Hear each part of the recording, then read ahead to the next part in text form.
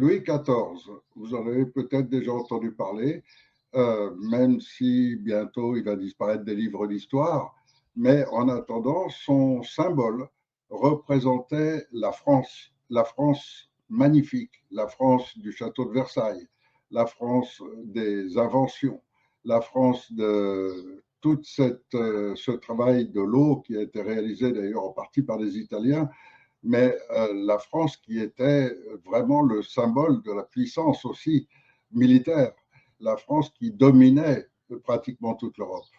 Et donc ça, c'est un des premiers symboles. Et puis, quelque part, quelque temps après, on est venu remplacer ce symbole par un plus grand encore, celui du peuple souverain. Un peuple souverain qui est représenté par cette Déclaration des droits de l'homme et du citoyen de 1789, pour laquelle on fête curieusement le 14 juillet au lieu du 26 août, mais on fête donc une prise de la Bastille fictive, factice, et on vit aujourd'hui dans un monde de plus en plus faux. Rendez-vous compte qu'aujourd'hui, vous ne pouvez plus vous fier à rien. On vous a retiré tous vos points de repère. Vous n'avez plus une seule chaîne de télé qui vous parle de la vérité. Vous n'avez plus une seule information réelle. Les livres d'histoire sont trafiqués.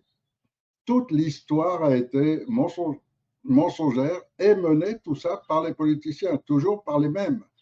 Essentiellement la franc-maçonnerie opérative qui a pris le pouvoir à cette époque-là.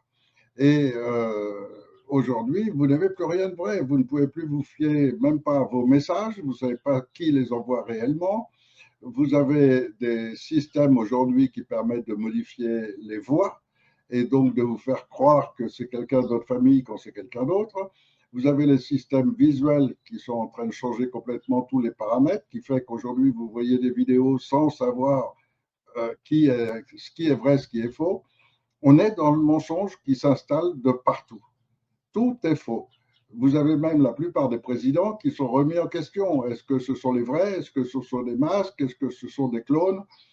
Et toute notre société nous amène de plus en plus vers ce monde totalement irréel. Alors, moi, je voudrais un petit peu vous remettre en tête ce qu'est la France. Et la France, donc, ça a été Louis XIV, le roi Soleil, un symbole. Ensuite, ça a été la Déclaration des droits de l'homme, un symbole plus fort, plus grand, celui du peuple souverain, qui est capable de faire taire les rois comme de faire taire l'Église, pour qu'il n'y ait plus ni religion, ni politiciens, et qu'il n'y ait plus que le peuple, et qui a été immédiatement récupéré par la franc-maçonnerie, qui a repris ça à son compte, qui essaye même de se faire passer pour un auteur de cette Déclaration des droits de l'homme, qui fait que ce texte fabuleux, absolument fabuleux, ce texte lui-même est quand même a fait le tour du monde, est devenu la référence mondiale.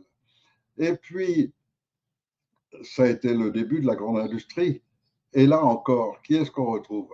Eh bien, dans l'aviation, les premiers aviateurs, les premières découvertes, les premières inventions, c'est encore les Français. Et puis ensuite, l'automobile. Et l'automobile, bah, le premier, c'est les Français, c'est Panhard, Levasseur.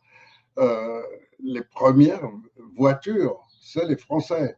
Et puis l'évolution, c'est pareil. Quand vous regardez un petit peu les ingénieurs de génie, il y en a eu d'autres. Il y en a eu en Allemagne, il y en a eu en Angleterre, il y a eu Rolls-Royce qui ont fait des travaux fabuleux. Et nous, en France, qu'est-ce qu'on a fait? On a fait pareil. Et aussi bien avec encore un Français quand il a repris Hispano-Suiza. Et Hispano-Suiza sortait des voitures du même niveau que les Rolls-Royce.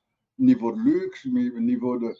Et ensuite, on a les Delahaye qui également ont fait avancer l'automobile dans le monde, sans parler après des petites marques comme Citroën qui ont sorti la DS, qui était un véhicule absolument fabuleux à son époque.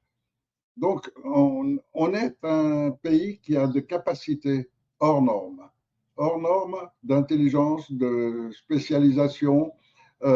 N'oublions pas non plus qu'on a créé, et ça c'est les symboles de la France, on a lancé le paquebot France. Le paquebot France a fait l'admiration du monde entier.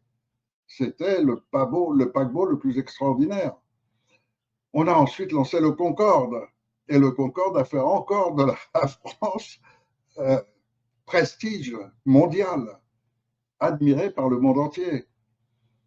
Et qui a gâché tout ça? Eh ben, le paquebot France, c'est Giscard d'Estaing, qui, avant De Gaulle, il a lancé ça. Eh ben, moi, je vais le vendre. Comme ça, je fais de l'argent.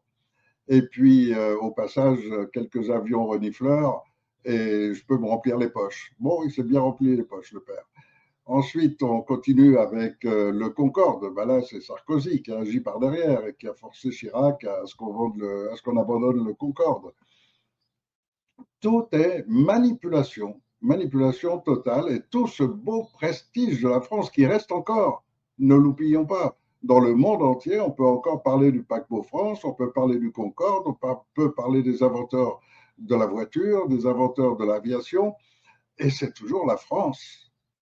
Et puis tout d'un coup, vous avez un taré, un arriéré mental euh, qui vient et qui ose se présenter en disant la France c'est moi. Qui est-ce qui rigole? Le monde entier rigole. Le monde entier rigole, non pas du ridicule d'un Macron, non pas de ses absurdités, de son comportement puéril.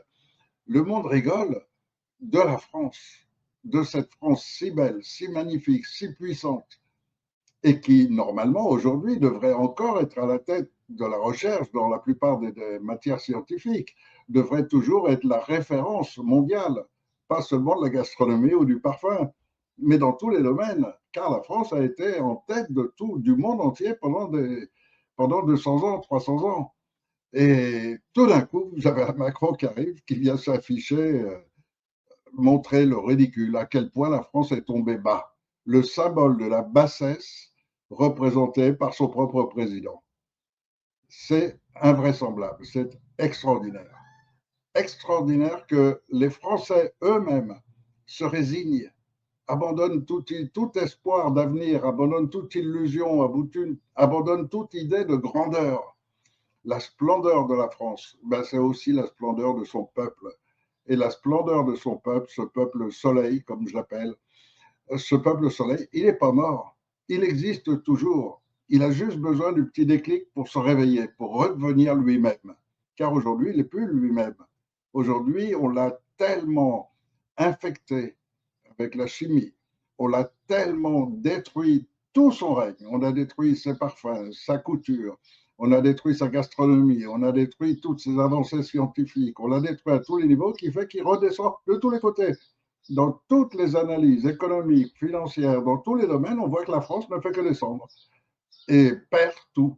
Et perd surtout sa splendeur, son intelligence, sa capacité exceptionnelle qu'a le peuple français d'être devant les autres. Devant les autres pour montrer l'exemple, devant les autres pour faire évoluer tout le monde. Bien sûr, il y a plein d'inventeurs de tous les côtés. Aujourd'hui, la Chine est en train de nous dominer dans tous les domaines.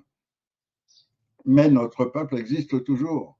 Et ce peuple peut redevenir souverain, peut redevenir ce peuple de la splendeur. Et c'est ce message d'espoir que je voulais passer aujourd'hui.